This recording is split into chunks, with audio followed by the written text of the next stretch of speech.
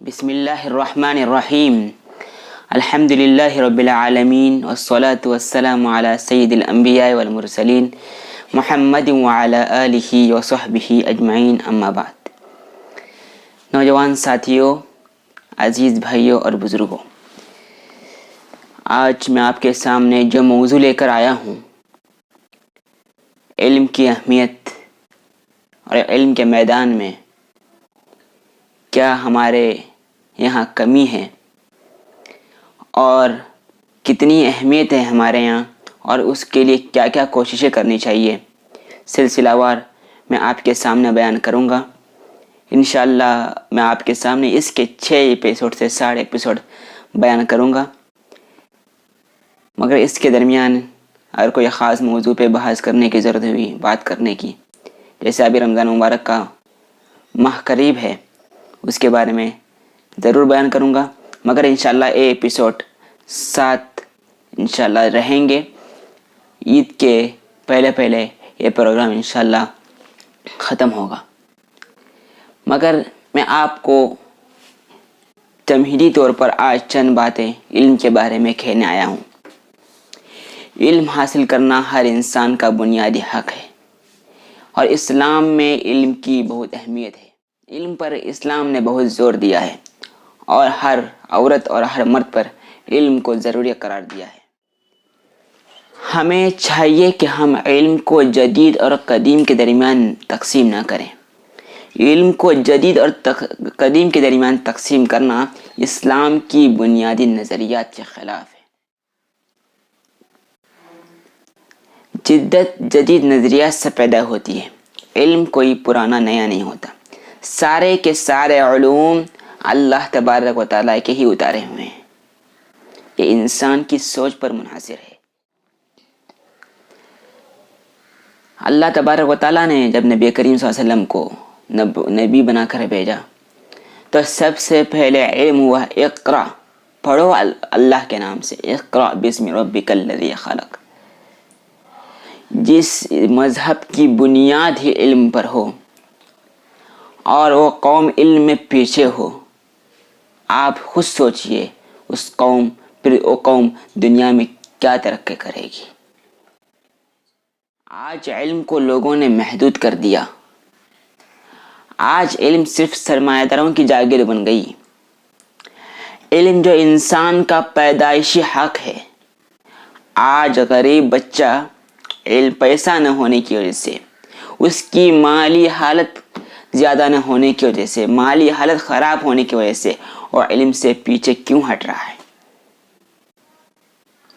میں آپ کو آج چند ایسی باتیں کہہ رہا ہوں، شاید آپ کو بری لگے، مگر میں حقیقت کہنے سے نہیں ڈرتا۔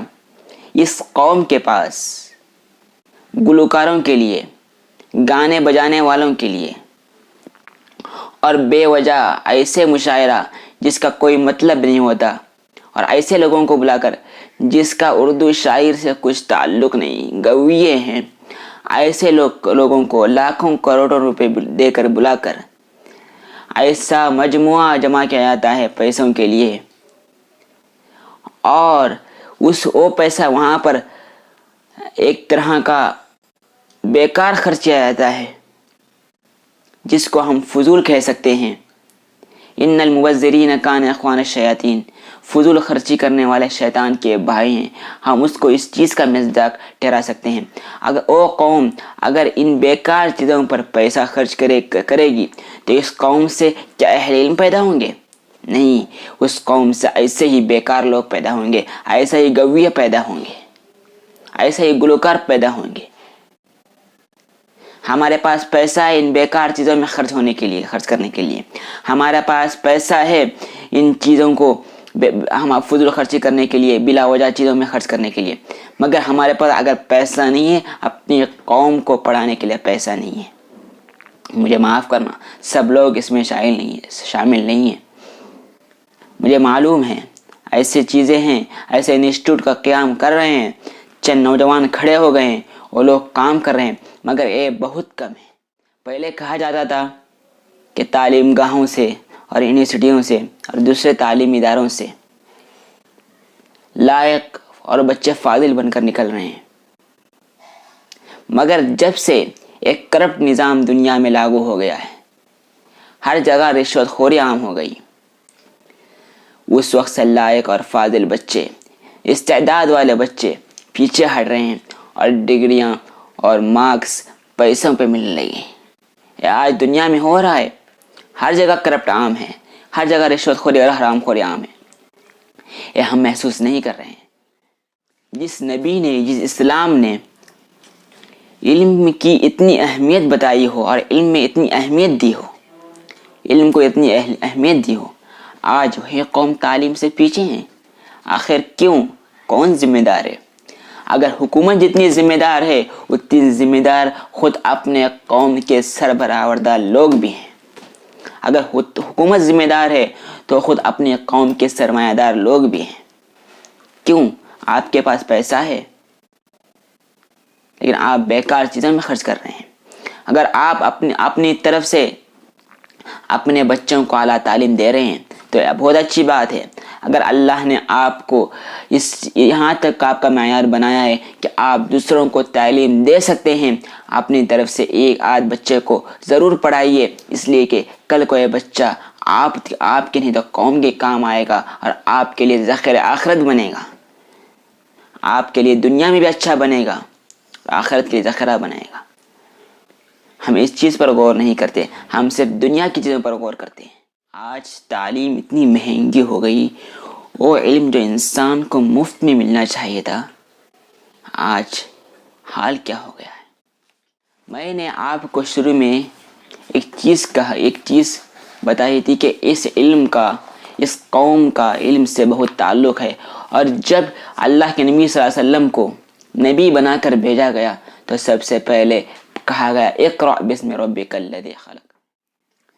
میں آپ کو ایک چیز پیش کرنے جا رہا ہوں۔ مفکر اسلام حضرت مولانا ابوالحسن علی ندوی رحمۃ اللہ علیہ نے اپنی مشہور کتاب مدارس اسلامیہ اہمیت اور ضرورت اور مقاصد میں صفحہ نمبر 170 میں لکھتے ہیں، آپ بھی اس کو پڑھ سکتے ہیں۔ میں اس 4-5 لائن آپ کو صرف 4-5 سطر پڑھ کے سناتا ہوں۔ اس امت کا دامن علم سے باندھ دیا گیا ہے، تو اس امت کا دامن علم سے باندھ دیا گیا ہے، اور اس امت کے لیے گویا یہ بات اللہ کی طرف سے طے کر دی گئی ہے کہ ان آیتوں کے ذریعے کہ پہلی وحی جو نازل ہوتی ہے، اس میں نہ عقائد کے بارے میں کچھ کہا جاتا ہے، نہ ان چیزوں کے بارے میں جو بنیادی چیزیں ہیں جن پر اسلام کی بنیاد قائم ہے، نہ عبادت کے متعلق کہا جاتا ہے، نہ معاملات کے متعلق کچھ کہا جاتا ہے، اور نہ وہاں کے رسوم کے خلاف کچھ کہا جاتا ہے، نہ جاہلیت کے خلاف کچھ کہا جاتا ہے۔ وہاں جو پہلی بات کہی جاتی ہے، پہلا لفظ جو بولا جاتا ہے، حضرت جبرائیل علیہ السلام جس کو ادا کرتے ہیں، آپ سے ادا کروانا چاہتے ہیں، وہ ہے اقرا۔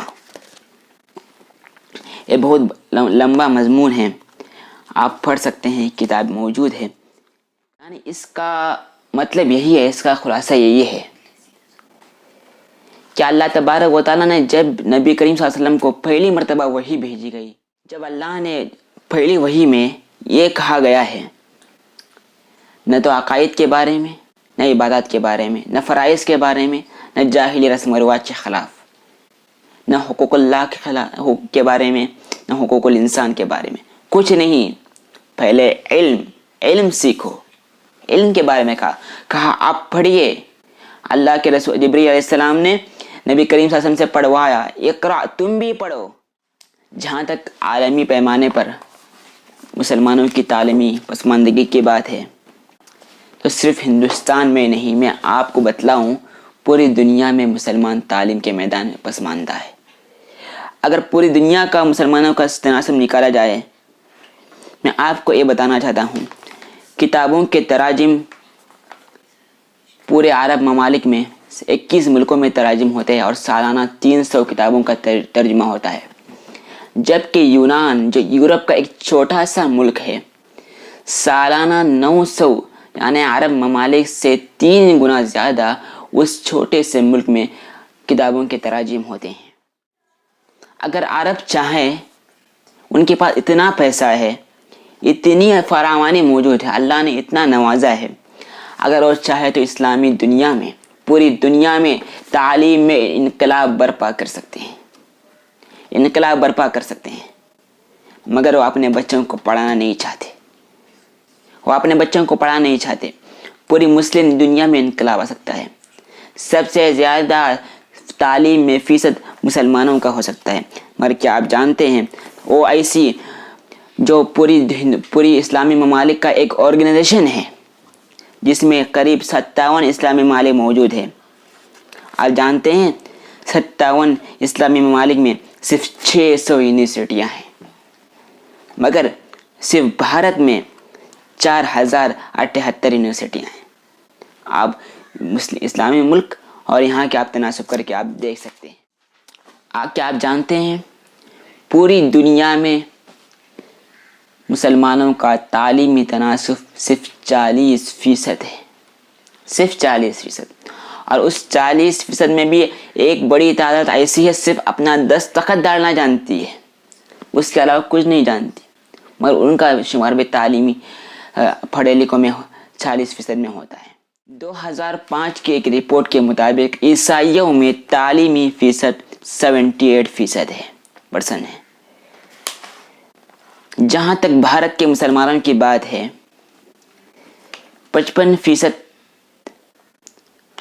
مسلمانوں کا خواندگی فیصد ہے، اور جبکہ عام شہریوں کا 65%، جبکہ عام شہریوں کا 65% ہے. آج کے نئی نسل کے بچے پڑھ رہے ہیں مگر حالات اس سے بھی بدتر تھے. جہاں تک مسلم خواتین کی خواندگی کی بات ہے مسلم خواتین 41% پڑھے لکھے ہیں، اور جبکہ غیروں میں عام شہریوں میں 46% ہے. یہ تو صرف شہروں کی قومی سطح کی بات ہے. اگر ریاستوں کی بات کی جائے، اگر گاؤں کی فیصد کی بات کی جائے، مسلمانوں کے حالات اتنے خراب ہیں ہم تصور نہیں کر سکتے. انشاءاللہ میں آپ کو 7 قسطوں میں تعلیم کے بارے میں بیان کروں گا. فی الحال مجھے دیجیے اجازت. والسلام علیکم.